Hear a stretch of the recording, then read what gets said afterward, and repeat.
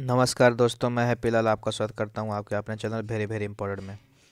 यह video Hindi objective का solution है जो आज पढ़ा है एग्ज़ाम 26 तारीख को, सेकेंड सिटिंग का है। तो चलिए हम लोग देखते हैं। यह मेरा प्रश्न पत्र कोड F है, आप अपना अपना मिला लेंगे। देखेंगे पहला सवाल क्या कहता है। कहता है लेखक अपने पिता से क्या मांगना चाहता था, तो मछली। फिर देखेगा मंगू जन्म से क्या थी, तो जन्म से ही वह पागल थी। फिर है बिरजू महाराज खुद को किसका शागिर्द मानते हैं, तो पिता का। फिर है जातिवाचक संज्ञा का उदाहरण नहीं है, तो विवेकानंद। उसके बाद देखेंगे सुशीर वाद्यों में शाह की उपाधि किसे प्राप्त है, तो शहनाई को। फिर देखेंगे कर्मधारय समास नहीं है, तो चवन्नी। फिर देखेंगे कविता नहीं है, तो कविता अभिनयो नहीं है। विशेषण की विशेषता बतलाने वाले शब्द को क्या कहते हैं, तो प्रविशेषण। संधि के कितने भेद हैं, तो आप सभी लोग जानते हैं कि संधि के 3 भेद हैं। फिर देखेंगे बहादुर कहाँ का रहने वाला था, तो नेपाल।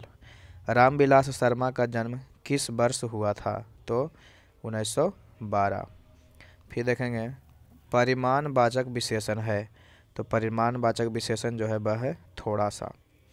ढहते विश्वास कहानी की प्रमुख पात्र क्या है, तो लक्ष्मी। हजारी प्रसाद द्विवेदी द्वारा रचित पाठ कौन है, नाखून क्यों बढ़ते हैं। आविनियो किस देश में है, तो फ्रांस। ज्योतिर्मय उदाहरण है, तो विसर्ग संधि। जहाँ दोनों पद प्रधान हो वह कौन समास होता है, तो हो जाएगा द्वंद्व। फिर है विद्यालय का संधि विच्छेद ए विद्या प्लस आलय। द्वितीय विश्व युद्ध में परमाणु बम किस पर गिराया गया, जापान। नाखून प्रतीक है पशु के प्रकृति का।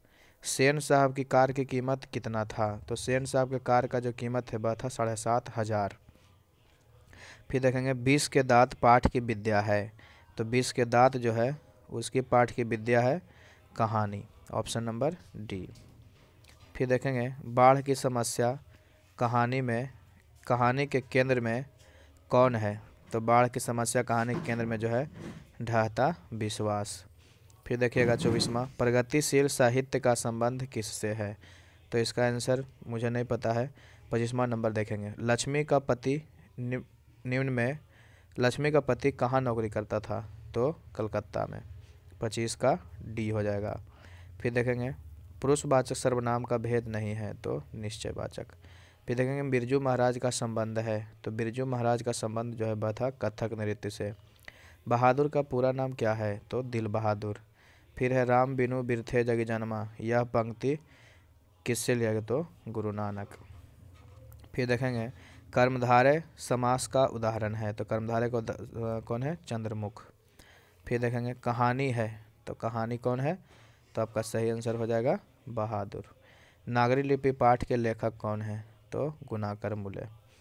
अज्ञेय का पूरा नाम क्या है, option number D Sachidanand Hiranand Vatsyayan Agyeya. Bismillah Khan का संबंध किससे है, तो शहनाई से। फिर देखेंगे पप्पा पति कहानी के पात्र नगर। फिर है इबादत का अर्थ क्या है, तो उपासना। फिर देखेंगे सेन साहब की आंखों का तारा कौन था, खोखा। हिंदी लिखी जाती है देवनागरी लिपि में।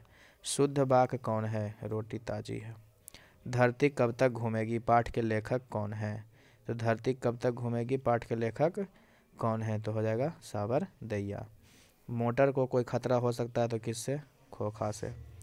फिर देखेंगे ईसा की 14वीं 15वीं शताब्दी में विजयनगर के शासकों ने अपने लेखों की लिपि को क्या कहा था, तो नंदी नागरी। 42 का ए हो जाएगा।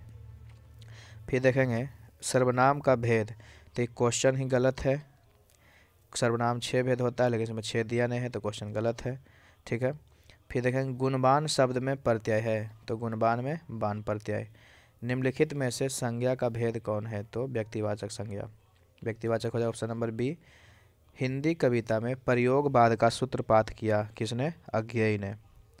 उसके बाद देखेंगे 12वीं सदी के केरल के शासकों के सिक्के पर वीर केरलस जैसे शब्द लिपि में अंकित है, तो देवनागरी, ऑप्शन नंबर डी। लेखक के पिता ने कितनी मछलियाँ खरीदी थी, तो ऑप्शन नंबर सी 3 गो मछली। अनुज शब्द में उपसर्ग है, तो अनुज शब्द में क्या उपसर्ग है? अनु। वीडियो को पूरा देखने के लिए बहुत बहुत धन्यवाद। यदि कोई आंसर गलती बोला गया होगा तो कमेंट में ज़रूर लिखें। धन्यवाद।